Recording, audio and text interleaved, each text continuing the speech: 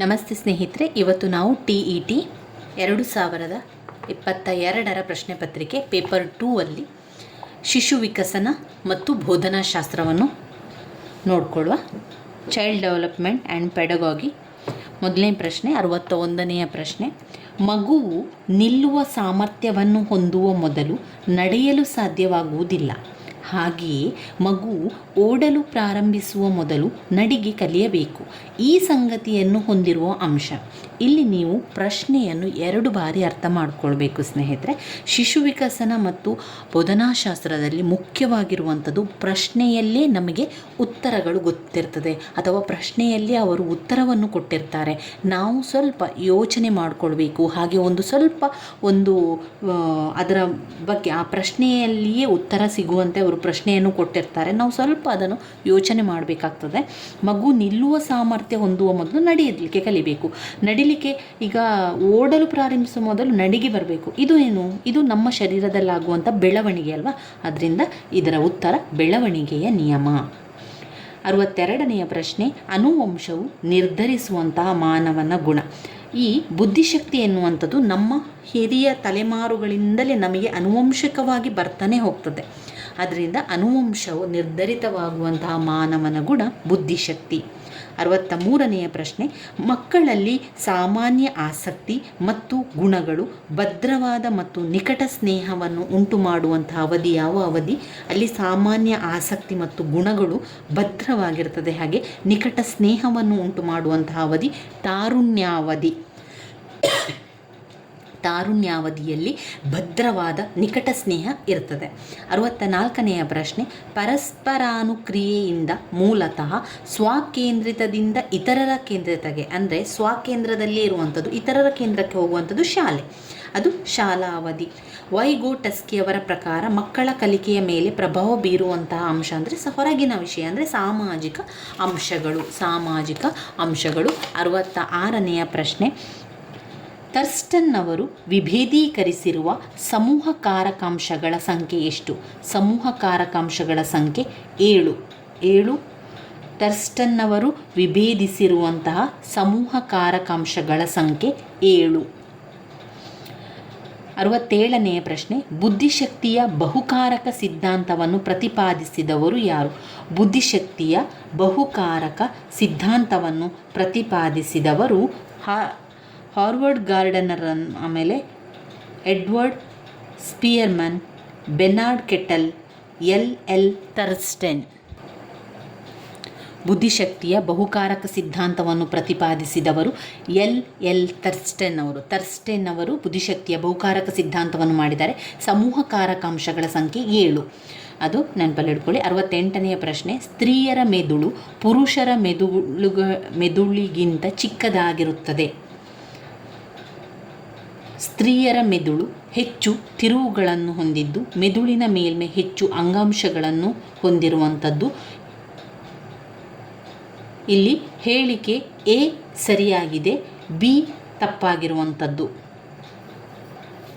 ಸ್ತ್ರೀಯರ ಮೆದುಳು ಪುರುಷರ ಮೆದುಳುಗಳಿಂದ ಚಿಕ್ಕದಾಗಿದೆ, ಎ ಸರಿಯಾಗಿರುವಂಥ ಉತ್ತರ.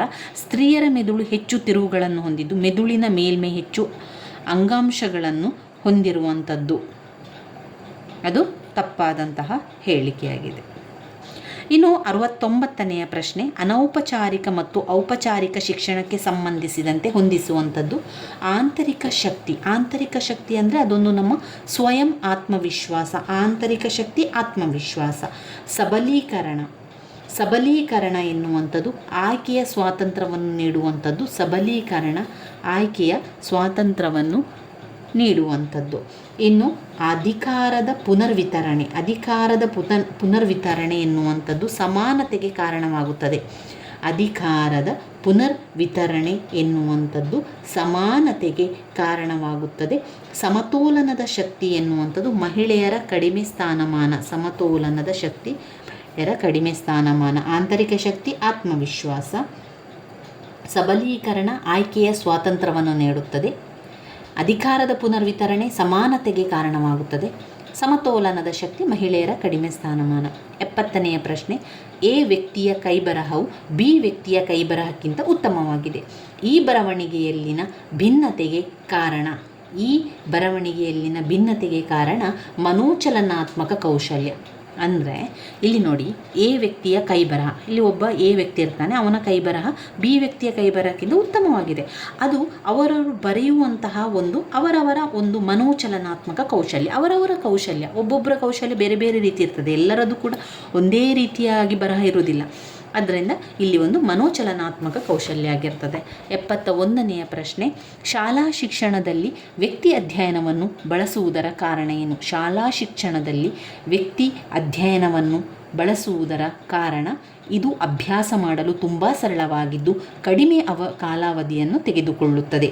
ಶಾಲಾ ಶಿಕ್ಷಣದಲ್ಲಿ ವ್ಯಕ್ತಿ ಅಧ್ಯಯನ ಬಳಸುವುದರ ಕಾರಣ ಅಭ್ಯಾಸ ಮಾಡಲಿಕ್ಕೆ ತುಂಬಾ ಸರಳ ಅಂತ ಹೇಳುವಂಥದ್ದು. 72ನೇ ಪ್ರಶ್ನೆ, ವಿದ್ಯಾರ್ಥಿಗಳಲ್ಲಿ ತೀರ್ಮಾನಿಸುವ ಮತ್ತು ನಿರ್ಧಾರಗಳನ್ನು ತೆಗೆದುಕೊಳ್ಳುವ ಸಾಮರ್ಥ್ಯ.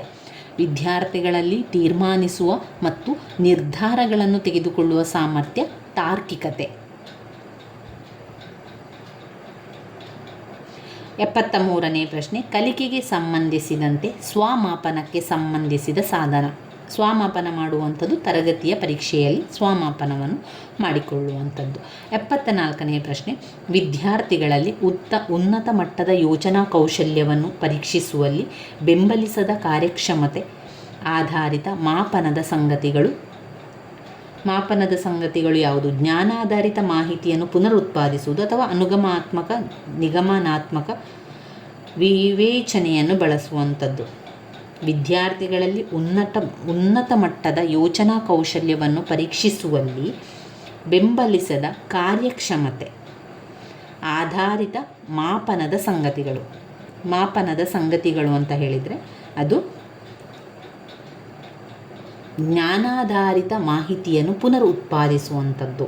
75ನೇ ಪ್ರಶ್ನೆ, ವಿದ್ಯಾರ್ಥಿಯು ಪದವನ್ನು ಉಚ್ಚರಿಸುವಾಗ ಆ ಕ್ಷಣದಲ್ಲಿ ಪದವನ್ನು ನೆನಪಿಸಿಕೊಳ್ಳಲಾಗದೆ ಉಚ್ಚಾರಣೆಯಲ್ಲಿ ಅಡಚಣೆ ಉಂಟಾಗ್ತದೆ. ಈ ಸನ್ನಿವೇಶದಲ್ಲಿ ಗಮನಿಸಬಹುದಾದಂತಹ ಕಲಿಕಾ ನ್ಯೂನತೆ ಯಾವುದು? ಡಿಸ್ನೋಮಿಯಾ ಅಥವಾ ಡಿಸ್ಫೇಸಿಯಾ ಎನ್ನುವಂಥದ್ದಿದೆ.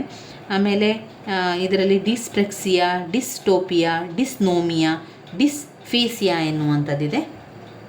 ಇದೆರಡರಲ್ಲಿ ಕನ್ಫ್ಯೂಸ್ ಇರುವಂಥದ್ದು ಡಿಸ್ನೋಮಿಯಾ ಅಥವಾ ಡಿಸ್ಫೇಸಿಯಾ ಎನ್ನುವಂಥದ್ದು. ಉಚ್ಚರಿಸುವಾಗ ಆ ಕ್ಷಣದ ಪದಗಳಲ್ಲಿ ನೆನಪಿಸಿಕೊಳ್ಳಲಿಕ್ಕೆ ಆಗೋದಿಲ್ಲ. ಉಚ್ಚರಿಸುವಂಥದ್ದು ಅಂತ ಹೇಳಿದರೆ ಹೇಳುವಂಥದ್ದು, ಆದ ಕಾರಣ ಒಂದು ಡಿಸ್ಫೇಸಿಯಾ ಅಥವಾ ಡಿಸ್ನೋಮಿಯಾ ಅಂತ ಕೂಡ ಆಗ್ತದೆ. 76ನೆಯ ಪ್ರಶ್ನೆಯಲ್ಲಿ ನಾವು ನೋಡಿದರೆ ADHDಯ ವಿಸ್ತೃತ ರೂಪ ಏನು? ADHDಯ ವಿಸ್ತೃತ ರೂಪ attention deficit hyperactivity disorder ಆಗುವಂಥದ್ದು. Attention deficit hyperactivity disorder. ಇನ್ನು 77ನೆಯ ಪ್ರಶ್ನೆ, ವಿಶ್ವ ಆರೋಗ್ಯ ಸಂಸ್ಥೆ WHO ಪ್ರಕಾರ 35-49ರವರೆಗಿನ IQ ಬುದ್ಧಿಶಕ್ತಿ ಸೂಚ್ಯಂಕ ಹೊಂದಿರುವ ವ್ಯಕ್ತಿಯ ಭೌತಿಕ ದುರ್ಬಲನೆಯನ್ನು ವಿಂಗಡಿಸಿರುವ ರೀತಿ ಅಂತ ಹೇಳಿದರೆ ಅದು ಮಧ್ಯಮ. ವಿಶ್ವ ಆರೋಗ್ಯ ಸಂಸ್ಥೆ ಪ್ರಕಾರ 35-49ವರೆಗಿನ ಬುದ್ಧಿಶಕ್ತಿ ಸೂಚ್ಯಂಕ ಹೊಂದಿರುವ ವ್ಯಕ್ತಿಯ ಭೌತಿಕ ದುರ್ಬಲತೆ ಮಧ್ಯಮ ಮತ್ತು ತೀವ್ರತೆ ಮಧ್ಯಮದಲ್ಲಿ ಬರ್ತದೆ. 78ನೆಯ ಪ್ರಶ್ನೆ, ಶಾಲಾ ಆಡಳಿತಕ್ಕೆ ಸಂಬಂಧಿಸಿದಂತೆ ವೇಗೋತ್ಕರ್ಷಕ್ಕೆ ಸರಿ ಅಲ್ಲದ ಹೇಳಿಕೆ ಬೇಕು ನಮಗೆ. ಶ್ರೇಣಿ ಅಥವಾ ತರಗತಿಯನ್ನು ತಪ್ಪಿಸಿ ತೇರ್ಗಡಿಸುವುದು ವೇಗೋತ್ಕರ್ಷಕ್ಕೆ ಸರಿಯಲ್ಲದ ಹೇಳಿಕೆಯಾಗಿರುತ್ತದೆ. ಮತ್ತೆ ಉಳಿದಿರುವಂಥದ್ದು ಸರಿಯಾದ ಹೇಳಿಕೆ. ಮಾನಸಿಕ ವಯಸ್ಸಿಗೆ ಪೂರಕವಾಗಿ ಶಾಲೆಗೆ ಶೀಘ್ರ ದಾಖಲಾತಿಯನ್ನು ನೀಡುವುದು, ಕಾರ್ಯಯೋಜನೆ ಸ್ವತಂತ್ರವಾಗಿ ರೂಪಿಸುವುದು, ಪೂರ್ವಭಾವಿ ಕಾರ್ಯನಿಯೋಜನೆ. 79ನೆಯ ಪ್ರಶ್ನೆ, ತರಗತಿ ಸನ್ನಿವೇಶದಲ್ಲಿ ಬೋಧನೆಯ ಬಗ್ಗೆ ಸರಿಯಲ್ಲದ ಹೇಳಿಕೆ ಯಾವುದು? ಬೋಧನೆಯ ಒಂದು ಸೂಚನೆ ಎನ್ನುವಂಥದ್ದು ಸರಿಯಲ್ಲದ ಹೇಳಿಕೆ. 80ನೆಯ ಪ್ರಶ್ನೆ, ಪ್ರಾಥಮಿಕ ಹಂತದಲ್ಲಿ ಕಲಿಕೆಯನ್ನು ಅನುಕೂಲಿಸುವ ಸೂಕ್ತ ಮಾರ್ಗ ಅಂತ ಹೇಳಿದರೆ ಕೈ ಕೆಲಸವನ್ನು ಕೊಡುವಂಥದ್ದು ಪ್ರಾಥಮಿಕ ಹಂತದಲ್ಲಿ. ಅಂದರೆ ಆರಂಭದಲ್ಲಿ ಅನುಕರಣೆ ಮತ್ತು ಅಭ್ಯಾಸ ಅಂತ ಬರುವಂಥದ್ದು, ಅನುಕರಣೆ ಮಾಡಿ ಅಭ್ಯಾಸ ಮಾಡುವಂಥದ್ದು. ಮೊದಲಿಗೆ ಇಲ್ಲಿ ಕೊಟ್ಟಿರುವಂಥದ್ದಲ್ಲಿ ನೋಡಿದರೆ ಕೈ ಕೆಲಸವನ್ನು ಕೊಡುವಂಥದ್ದು. ಪ್ರಾಥಮಿಕ ಹಂತದಲ್ಲಿ ಕಲಿಕೆಯನ್ನು ಅನುಕೂಲಿಸುವ ಸೂಕ್ತ ಮಾರ್ಗ ಅಂದರೆ ನಾವು ನೋಡಿ ಆ ಅಂತ ಕೊಟ್ಟಾಗ ಅದರ ಮೇಲೆ ತಿದ್ದಿ ಬರೆಯುವಂಥದ್ದು, ಕೈ ಕೆಲಸ ಕೊಡುವಂಥದ್ದು. 81ನೆಯ ಪ್ರಶ್ನೆಯಲ್ಲಿ ನಾವು ನೋಡಿದರೆ ವಿಶೇಷ ಅಗತ್ಯವುಳ್ಳ ಮಕ್ಕಳಿಗೆ ಕಲಿಸುವ ಉತ್ತಮ ತಂತ್ರ ಏನು? ಉತ್ತಮ ತಂತ್ರ ಸಹಭಾಗಿ ಗುಂಪು ಬೋಧನೆಯ ಮೂಲಕ ವಿಷಯವನ್ನು ಅನುಕೂಲಿಸುವುದು, ಸಾಮರ್ಥ್ಯಾಧಾರಿತ ಮಕ್ಕಳ ಗುಂಪನ್ನು ಮಾಡುವುದು. ವಿಶೇಷ ಅಗತ್ಯವುಳ್ಳ ಮಕ್ಕಳಿಗೆ ಕಲಿಸುವ ಉತ್ತಮವಾದ ತಂತ್ರ ಅಂತ ಹೇಳಿದರೆ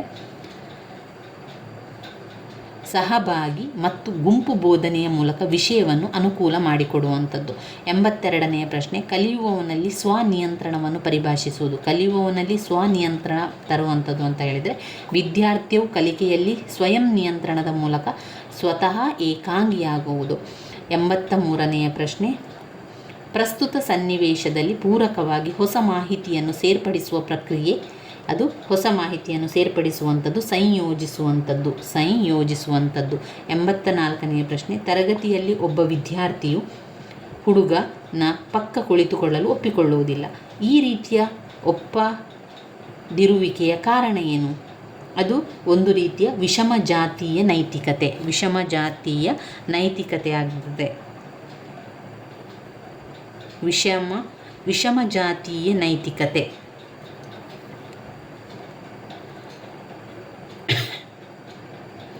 85ನೆಯ ಪ್ರಶ್ನೆ, ಒಬ್ಬ ವಿದ್ಯಾರ್ಥಿಯು ಸಮಸ್ಯೆಯನ್ನು ತಾನೇ ಪರಿಹರಿಸಲು ಸಾಧ್ಯವಾಗುತ್ತಿಲ್ಲ ಎಂಬುದನ್ನು ಶಿಕ್ಷಕರು ಗಮನಿಸುತ್ತಾರೆ ಮತ್ತು ಆ ವಿದ್ಯಾರ್ಥಿಯು ಅದನ್ನು ತನ್ನ ಹಿರಿಯ ವಿದ್ಯಾರ್ಥಿಯ ಸಹಾಯವನ್ನು ಉಪಯೋಗಿಸಿ ಪರಿಹರಿಸಿಕೊಳ್ಳುತ್ತಾನೆ. ಈ ರೀತಿಯ ಮಾರ್ಗದರ್ಶನ ಕ್ರಿಯೆಯನ್ನು ಗುರುತಿಸುವುದು ಬೆಂಬಲದಲ್ಲಿ ಅದು ಬರ್ತದೆ. ಇನ್ನು 86ನೆಯ ಪ್ರಶ್ನೆ, ಶಾಲೆಯ ಶಿಕ್ಷಕನನ್ನು ಒಂದು ಸಮಿತಿಯ ಮುಖ್ಯಸ್ಥನಾಗಿ ಹೆಸರಿಸಲಾಗುತ್ತದೆ. ಈ ಶಿಕ್ಷಕನನ್ನು ಸಮಿತಿಯ ಅಧ್ಯಕ್ಷ ವ್ಯಕ್ತಿಗೆ ಬದಲಾಗಿ ಸಮಿತಿಯ ಅಧ್ಯಕ್ಷ ಎಂದು ಹೆಸರಿಸಲಾಯಿತು. ಇಲ್ಲಿ ಶಿಕ್ಷಕನು ಅನುಸರಿಸುವ ಕ್ರಮ ಏನು? ಇಲ್ಲಿ ಲಿಂಗ ನಿರ್ಬಂಧವಿಲ್ಲದ ಭಾಷಾ ಬಳಕೆಯಾಯಿತು. ಲಿಂಗ ಪಕ್ಷಪಾತ ಧೋರಣೆ ಆಯಿತಾ? ಇಲ್ಲ. ಅಲ್ಲಿ ಶಿಕ್ಷಕನನ್ನು ಸಮಿತಿಯ ಅಧ್ಯಕ್ಷ ವ್ಯಕ್ತಿಗೆ ಬದಲಾಗಿ ಸಮಿತಿಯ ಅಧ್ಯಕ್ಷ ಎಂದು ಹೆಸರಿಸುವುದು ಲಿಂಗ ನಿರ್ಬಂಧವಿಲ್ಲದ ಭಾಷಾ ಬಳಕೆ ಆಯಿತು. 87ನೇದು, ಈ ಕೆಳಗಿನವುಗಳಲ್ಲಿ ಕೇಂದ್ರೀಕೃತ ಆಲೋಚನೆಯನ್ನು ಉತ್ತಮವಾಗಿ ಅಭಿವ್ಯಕ್ತಗೊಳಿಸುವಂಥದ್ದು ಪ್ರಮೇಯ. ಕೇಂದ್ರೀಕೃತ ಆಲೋಚನೆಗಳನ್ನು ಉತ್ತಮವಾಗಿ ಅಭಿವ್ಯಕ್ತಗೊಳಿಸುವಂಥದ್ದು ಪ್ರಮೇಯ. 88ನೇದು, ತರಗತಿ ಸನ್ನಿವೇಶದಲ್ಲಿ ಬೋಧನಾ ವಿಧಾನಗಳಾದ ಆಟ ವಿಧಾನ, ಅನ್ವೇಷಣಾ ವಿಧಾನಗಳು ಒಳಗೊಳ್ಳುವ ಬೋಧನಾ ವಿಧಾನ ವಿದ್ಯಾರ್ಥಿ ಕೇಂದ್ರಿತ ವಿಧಾನ. ತರಗತಿ ಸನ್ನಿವೇಶದಲ್ಲಿ ಬೋಧನಾ ವಿಧಾನಗಳಾದ ಆಟ ವಿಧಾನ, ಅನ್ವೇಷಣಾ ವಿಧಾನಗಳು ಒಳಗೊಳ್ಳುವ ಬೋಧನಾ ವಿಧಾನ ವಿದ್ಯಾರ್ಥಿ ಕೇಂದ್ರಿತ ವಿಧಾನ. 89ನೇದು, ತರಗತಿ ಕಾರ್ಯನಿರ್ವಹಣೆಯಲ್ಲಿ ಬಹುಮಾನ ಮತ್ತು ಶಿಕ್ಷೆ ನೀಡುವ ಪ್ರಕ್ರಿಯೆ ಏನು ಹೇಳುವಂಥದ್ದು? ಅದು ಪುನಃ ಅವರಿಗೆ ಬಲ ಕೊಡುವಂಥದ್ದು, ಪುನರ್ಬಲನವನ್ನು ಕೊಡುವಂಥದ್ದು. ಅಂದರೆ ಒಂದು ಬಹುಮಾನ ಕೊಡುವಂಥದ್ದು, ಆಗ ಅವರಿಗೆ ಇನ್ನಷ್ಟು ಓದಬೇಕು ಅಂತ ಹೇಳೋದು. ಶಿಕ್ಷೆ ಕೊಡುವಂಥದ್ದು, ಇನ್ನು ಆ ರೀತಿ ತಪ್ಪು ಮಾಡಬಾರ್ದು ಅಂತ ಹೇಳುವಂಥದ್ದು. ಎರಡೂ ಕೂಡ ಏನಾಗಿರ್ತದೆ ಅಂದರೆ ಅವರಿಗೆ ಬಲ ಕೊಡುವಂಥದ್ದು, ಪುನರ್ಬಲನವನ್ನು ಕೊಡುವಂಥದ್ದಾಗಿರ್ತದೆ. 90ನೆಯ ಪ್ರಶ್ನೆ, ಮಾಸ್ಲೋರವರ ಪ್ರಕಾರ ಶ್ರೇಣೀಕೃತ ಪ್ರೇರಣಾ ಹಂತ ವಿಭಜನೆಯಲ್ಲಿ ಆತ್ಮಸಾಕ್ಷಾತ್ಕಾರದ ಹಂತದ ಸಂಖ್ಯೆ 5. ಆತ್ಮಸಾಕ್ಷಾತ್ಕಾರ 5ನೇ ಹಂತ, 4ನೇ ಹಂತದಲ್ಲಿ ಆತ್ಮಗೌರವ, 5ನೇ ಹಂತದಲ್ಲಿ ಆತ್ಮಸಾಕ್ಷಾತ್ಕಾರ. ಇದು ಯಾರದು? ಮಾಸ್ಲೋ ಅವರ ಪ್ರಕಾರ ಶ್ರೇಣೀಕೃತ ಪ್ರೇರಣಾ ಹಂತ. ಮಾಸ್ಲೋ ಅವರ ಶ್ರೇಣೀಕೃತ ಪ್ರೇರಣಾ ಹಂತ ವಿಭಜನೆಯಲ್ಲಿ 4ನೇ ಹಂತ ಆತ್ಮಗೌರವ, 5ನೇ ಹಂತ ಆತ್ಮಸಾಕ್ಷಾತ್ಕಾರ. ಅಂದರೆ ಆತ್ಮಸಾಕ್ಷಾತ್ಕಾರ 5ನೇ ಹಂತ. ಇವಿಷ್ಟು ನಮ್ಮ ಮಕ್ಕಳ ಶಿಶು ವಿಕಸನ ಮತ್ತು ಬೋಧನಾಶಾಸ್ತ್ರದಲ್ಲಿ ಬರುವಂತಹ ಪ್ರಶ್ನೆಗಳು 2022ರ ಹಳೆಯ ಪ್ರಶ್ನೆ ಪತ್ರಿಕೆ. ನನ್ನ ವಿಡಿಯೋಸ್ ಎಲ್ಲ ನಿಮಗೆ ಇಷ್ಟ ಆಗಿದ್ದರೆ ಲೈಕ್ ಕೊಡಿ, ಶೇರ್ ಮಾಡಿ, ಸಬ್ಸ್ಕ್ರೈಬ್ ಮಾಡಲಿಕ್ಕೆ ಮರೆಯಬೇಡಿ ಸ್ನೇಹಿತರೆ. ಧನ್ಯವಾದಗಳು.